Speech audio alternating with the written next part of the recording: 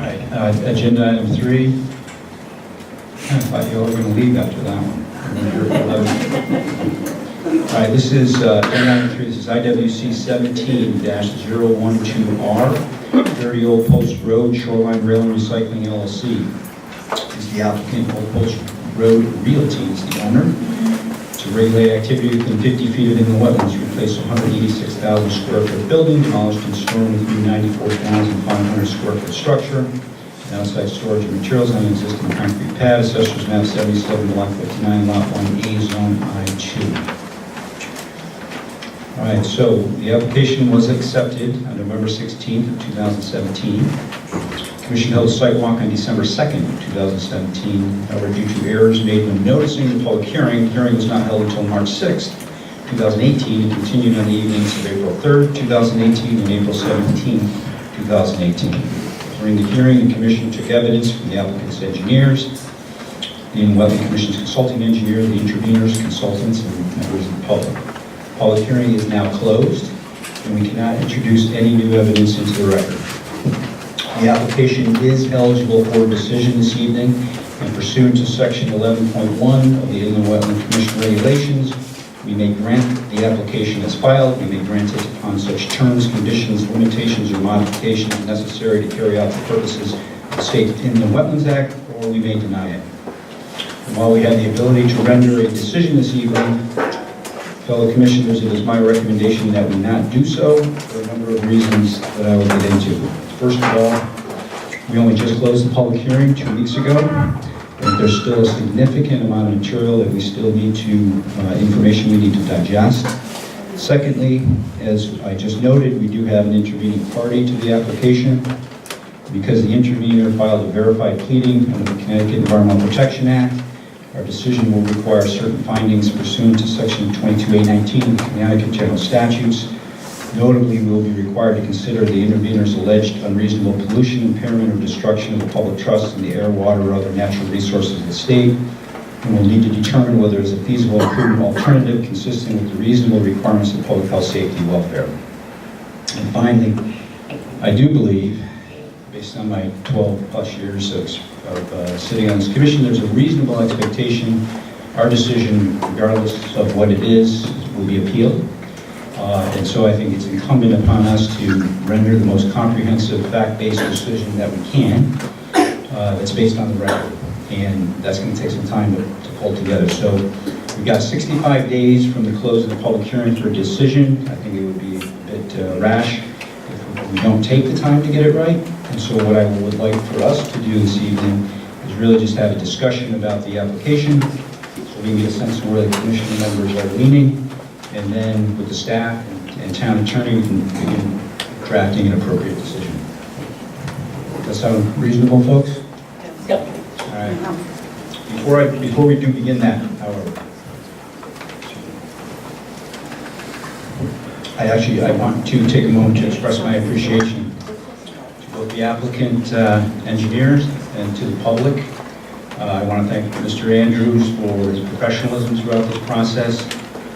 And also everyone who sat throughout 3 very long public hearing evenings. For the most part, I was very impressed by the level of decorum of everyone, and I appreciate that because it makes my job as chair that much easier if I can concentrate on the application and running a fair meeting rather than trying to maintain order. So now that I know y'all can be good, you knew that was coming. I'm going to ask again, just please, everyone, be respectful to the applicant, be respectful to the commission, refrain from talking, from clapping, from booing. If you feel the urge to express emotion, you've got the hands thing down pretty good. Give me a thumbs up or thumbs down. I don't think, just try to maintain quiet, please, okay? And so I want to confirm the eligibility of the members to participate. Are there any member who did not attend all the public hearings? Or listen to the tape? Chris? I listened to the tape. You missed the first public hearing, but you listened to the tape. Okay. Anyone else sharing?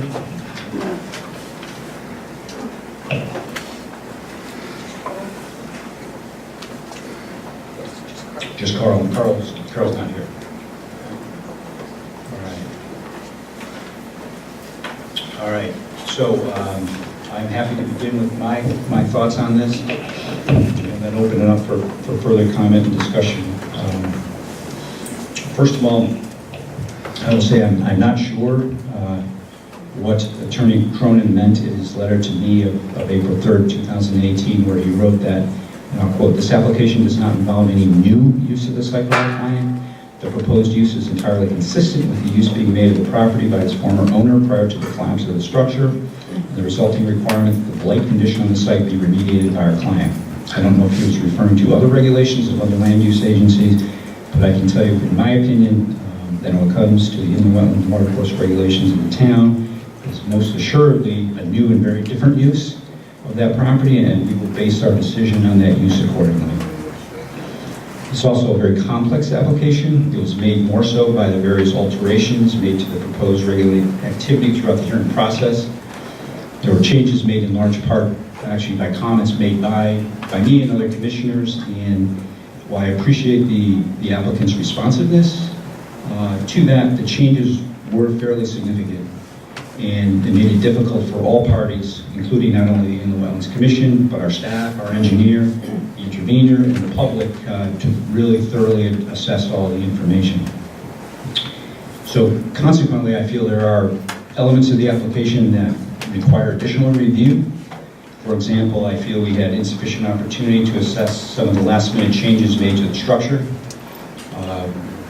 nor did we have ample time to consider the potential impact posed by things like the amount of truck traffic coming into and out of the site. And for those reasons, that we did not have an adequate opportunity to review the application in its current form, I personally would be inclined to deny the application without prejudice.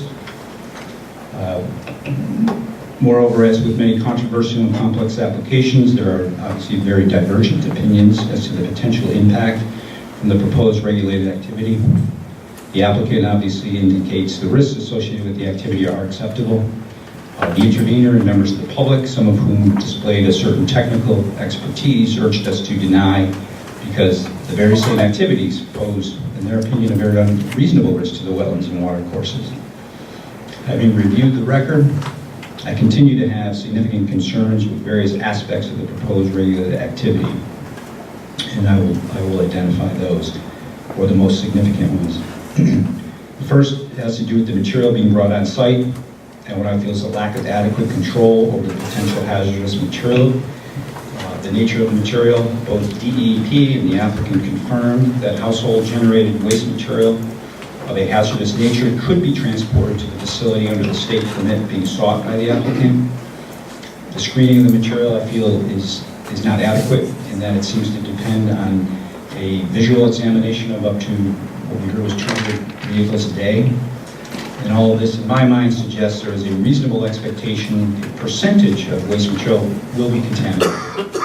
Because of that sheer volume of the material, which is up to 5 million pounds a day, even if only a fraction of a percent, 1/100th of 1%, were contaminated, that's still 500 pounds of contaminated material a day of potentially hazardous material. And all this will be tipped onto a concrete pad that sits 3 feet below the FEMA base flood elevation, which is to say that in any given year there's a 1% chance of the flood elevation being 12 feet or higher, or exceeded, and within 10 years there's a 10% chance of the flood at 12 feet or greater.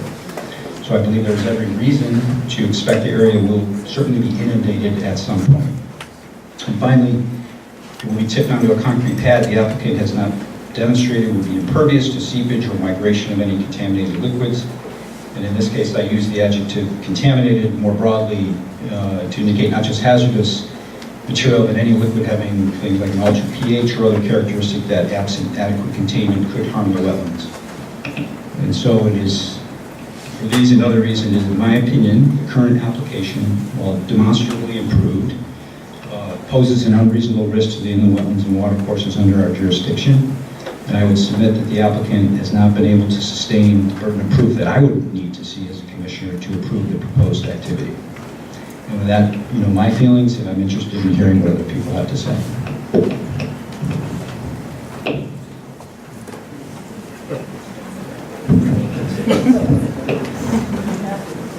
Wait, Thanks, David. I've had an opportunity to really look through these plans, and with my engineering background, I think the engineer did a very good job at addressing some of our comments, but not all of them. The latest plans that they sent to us, where they're incorporating the stormwater wetland for detention on site, is a lot better than the original application that we saw, but I still think it falls very short for what this site needs to be doing to prevent runoff from their site affecting the wetlands. I still have a number of questions that were unanswered by the applicant during our public hearing.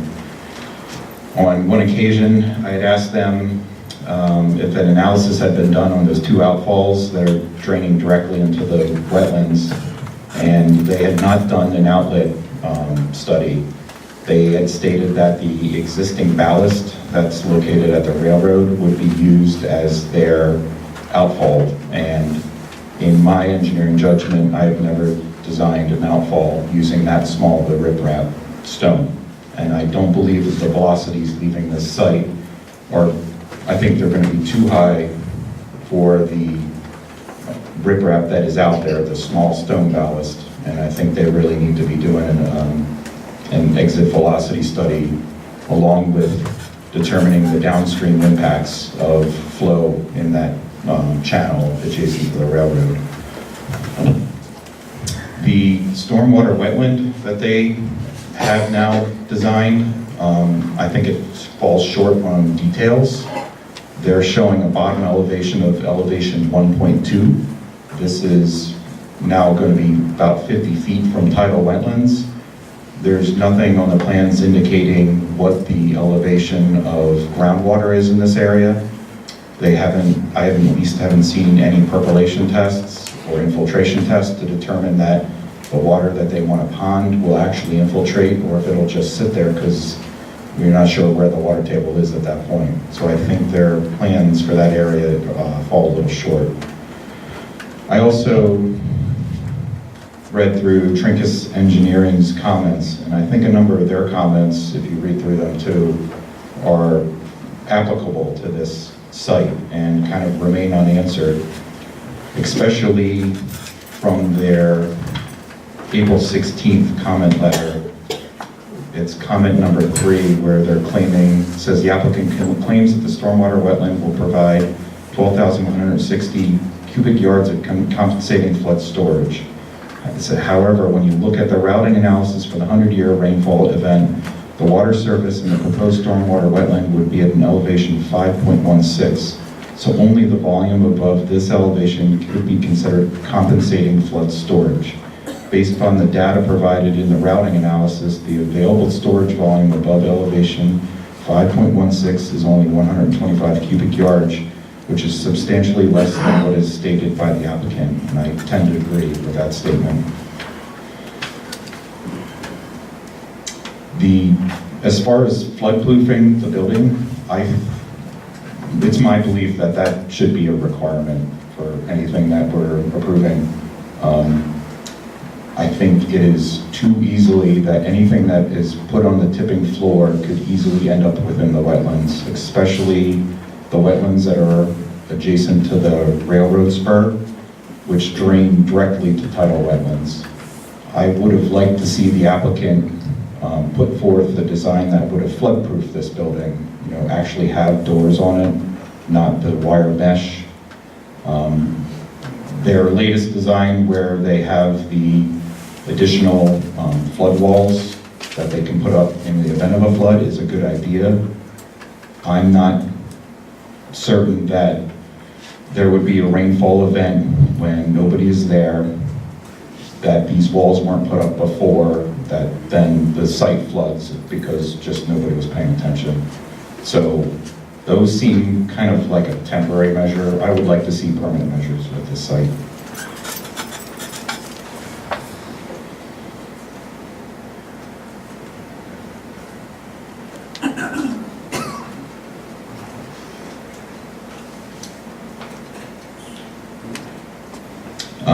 As far as other permits that the site needed to get, I believe that they need to get a general permit for industrial activities. If you read through that permit, there's a lot of information that pertains to stormwater monitoring, and I think that information would be really beneficial for us to make a decision. The fact that we haven't seen it really leads me to believe that there's more to be designed on this site that is in front of us, and I don't think we can make a decision without really seeing all the facts at this point. That's all I have. Thank you, Scott. Anyone else? Bertram? Let me pass it around.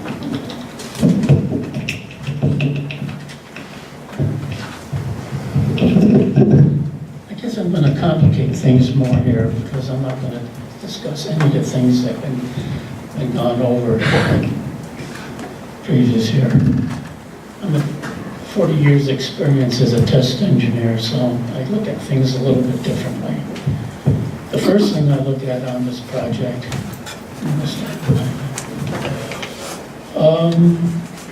is data collection.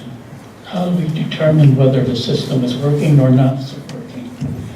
And the first thing you need, and I haven't seen, except in one of the Department of Environmental Protection made mention to developing a baseline set of data so that we can evaluate the effectiveness of all these things that Scott has alluded to. Yeah, stormwater management. Yeah, but we do need a baseline. We need someplace to start. We need to know if the system is working or not working. And it will help us to decide how we're going to fix it if it needs to be fixed. The other items is that, and the other thing I want to talk about a little bit is that we have, if I go through all the materials from the hearings and all people's comments and everything, we have an awful lot of what ifs. What ifs are my favorite thing. Test engineers hate what ifs. And you can't cover all the what ifs. What you do is you try to cover as many as you can and be prepared to take care of those events that you felt were not possible to happen.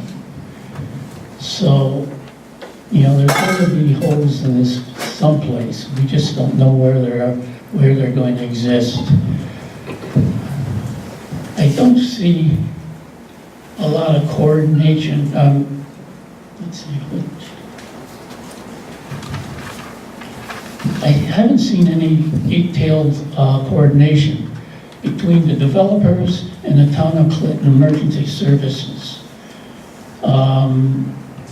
We talk about fire occurring in the installation. Well, that's possible. We've had fire installations before.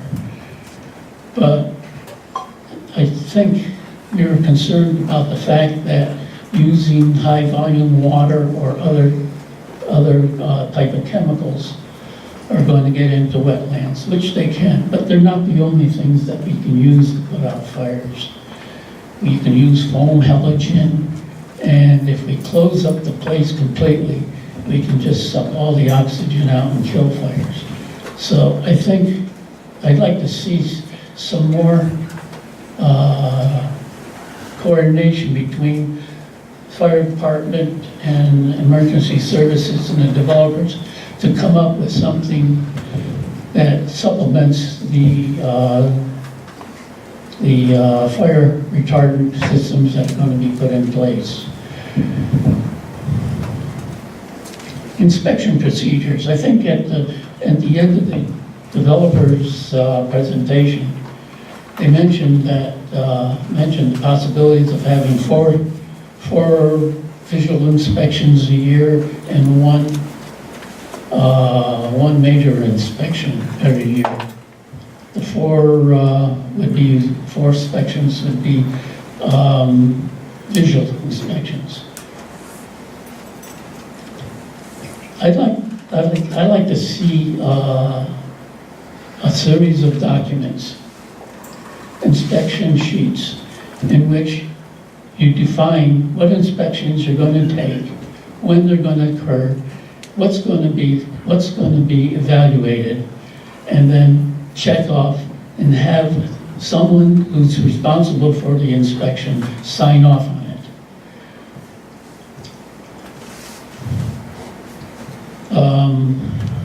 And I like that to be done for visual inspections.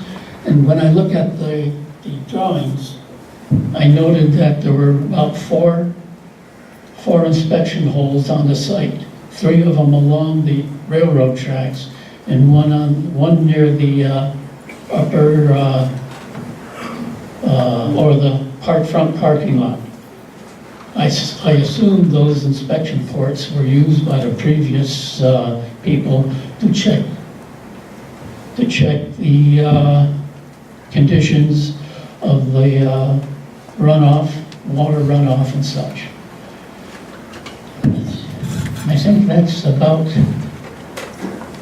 all, but I really like to see a document that addresses what inspections are going to take place, when they're going to be taking place, who's going to do the inspections. It could be an outside outfit coming in, but I prefer to have the people who own and run the place do the inspections, and then have somebody else verify them.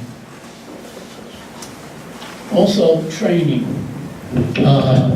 No one's talked about training the personnel on the site periodically, bringing them up to date on new procedures. Who's responsible for any incident that takes place, what the responsibilities are, where they should be, what their tasks are, and this will help minimize any incidences that take place.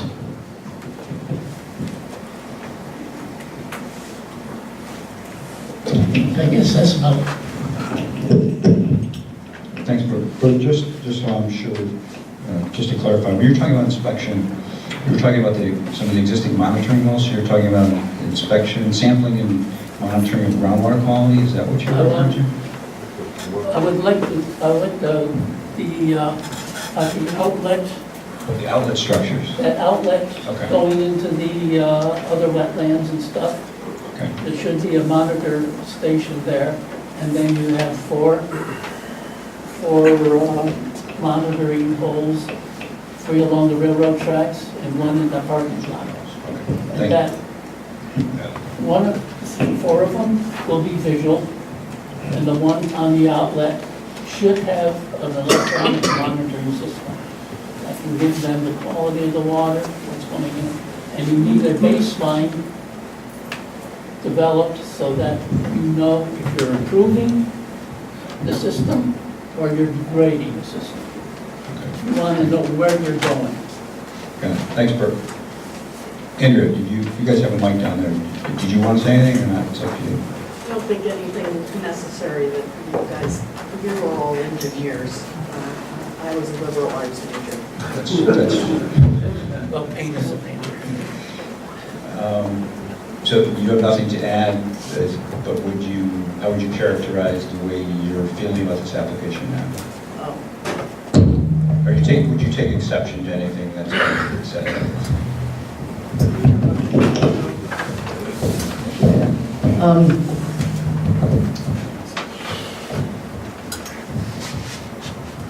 I actually, Do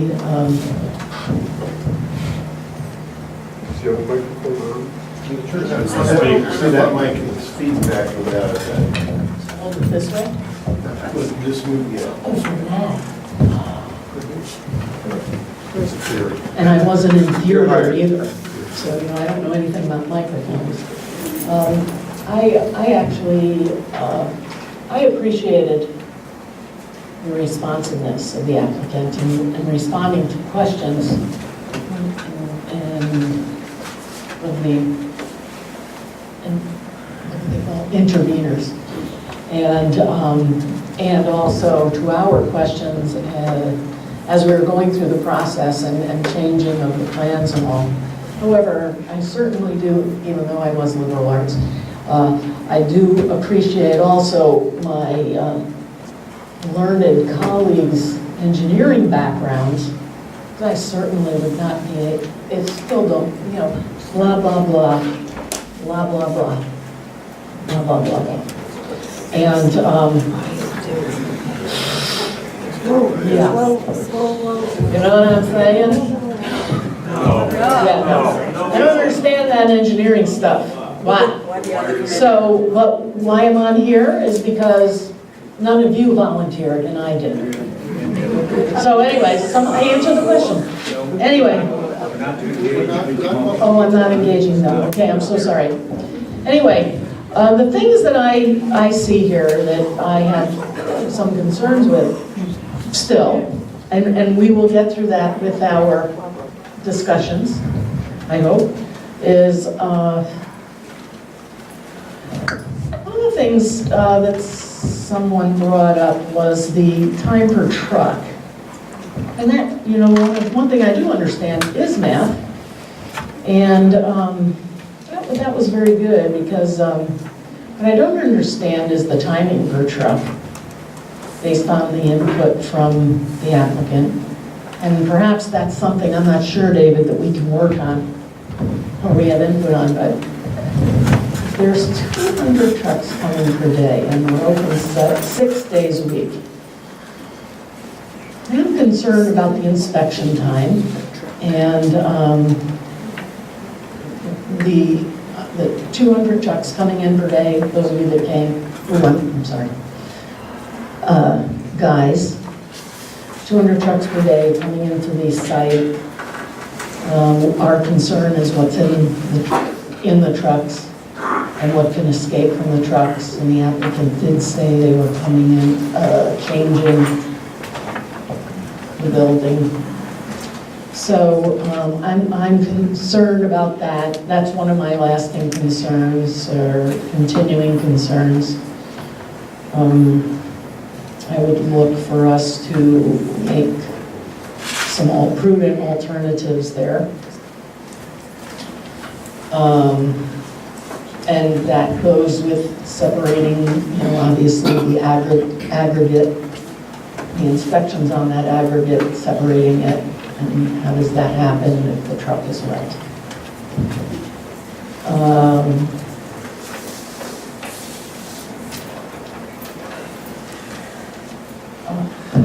Maintaining, someone, I believe, David, it might have been you, as our goal of maintaining that trust in the natural resources. If we're concerned about what's going into the land, then we're concerned about that water quality and or air quality.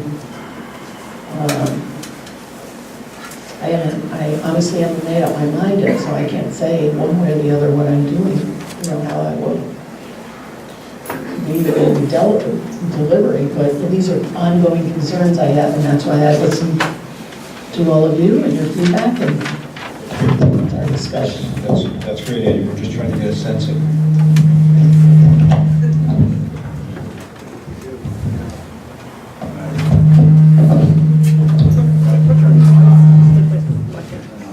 Turn it off. I believe it's off. All right, thank you, Andrea. We're not asking for anyone to make a decision. This is a discussion, just so we can give some. Let's try this one. See if it's delivered.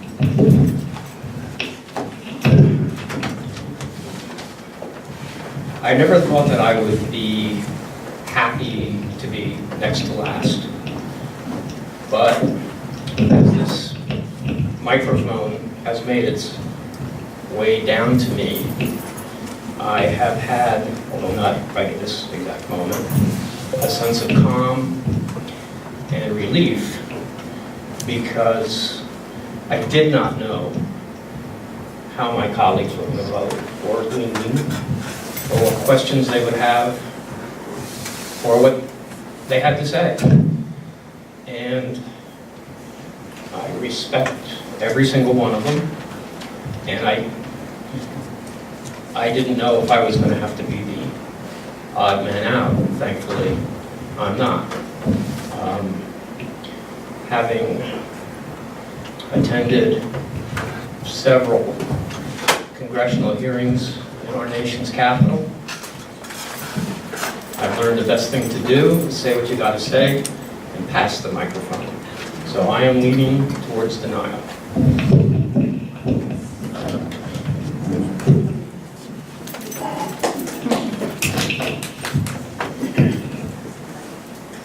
I would like to thank the applicants for trying to appease everyone. I have some concerns. I'm in the business. What they proposed is a very good idea, but not the location. The location, because of the water, the wetlands and the water course, no matter what you do, the carcinogens will filter into the system. And then that will go down to the Hammonasset and eventually destroy the shellfish and the beds. It's also a bad place for the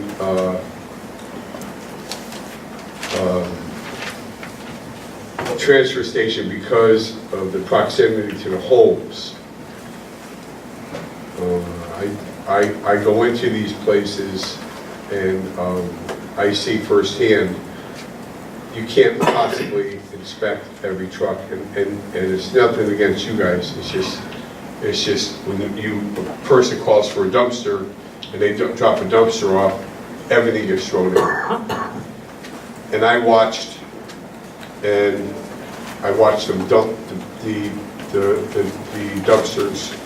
No one looks at them. The machine comes over, picks up the metal, and with all the intentions of the applicants, they do run different sites. But for this area and with the wetlands and the ground and the foundation, that is, everybody knows the difference between pervious and impervious, correct? So with the cracks in that foundation and everything else, the pesticides, people don't know. They drop a dumpster off, rent to call Cherry Hill. I won't mention our company, but you call Cherry Hill, you drop it off, people throw everything in, batteries, pesticides, stuff from your grandfather that you can't, it's got skull and crossbones on it. And then it gets dumped in, and it's still in glass, it breaks, and you can't inspect every single vehicle. It's impossible. You come up to the scale, you only roll your tarp up, you know. Some do, and you may have one person there. So there's too much room. There's too many ambiguous. It's very ambiguous to think that everything's going to be inspected. But they put out a good presentation. It's just if it was out in the middle of nowhere where there's no wetlands around, I'm sure it'd be a fine location. But because of these wetlands and the water course, I'm leaning towards denial. That's my opinion. But I want to thank the applicants for everything they presented. It's just the wrong place for it. And it has nothing to do with anything else. If those wetlands weren't there, you know, I would have probably no objections. But I know about the sampling of the water every week and everything else that has to be done, you know, to appease the town. But that's all I have to say.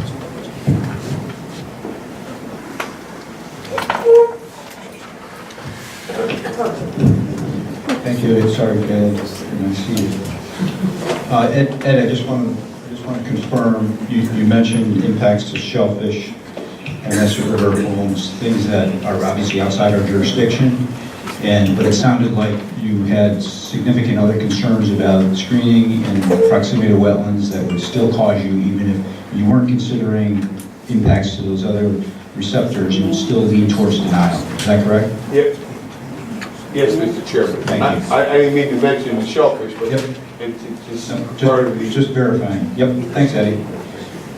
All right, does anyone, any other commissioner have anything else they want to say on this application? If not, I will entertain a motion to continue this table. We'll continue to the next regular monthly meeting, at which time we'll be working, we'll endeavor to draft a motion so that we can vote next month.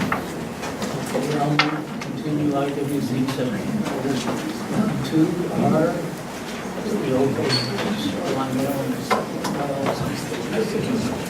Second. All right, so motion to continue decision with a second by Chris. Any discussion? All in favor? Aye. Anyone opposed or abstaining? All right, thank you.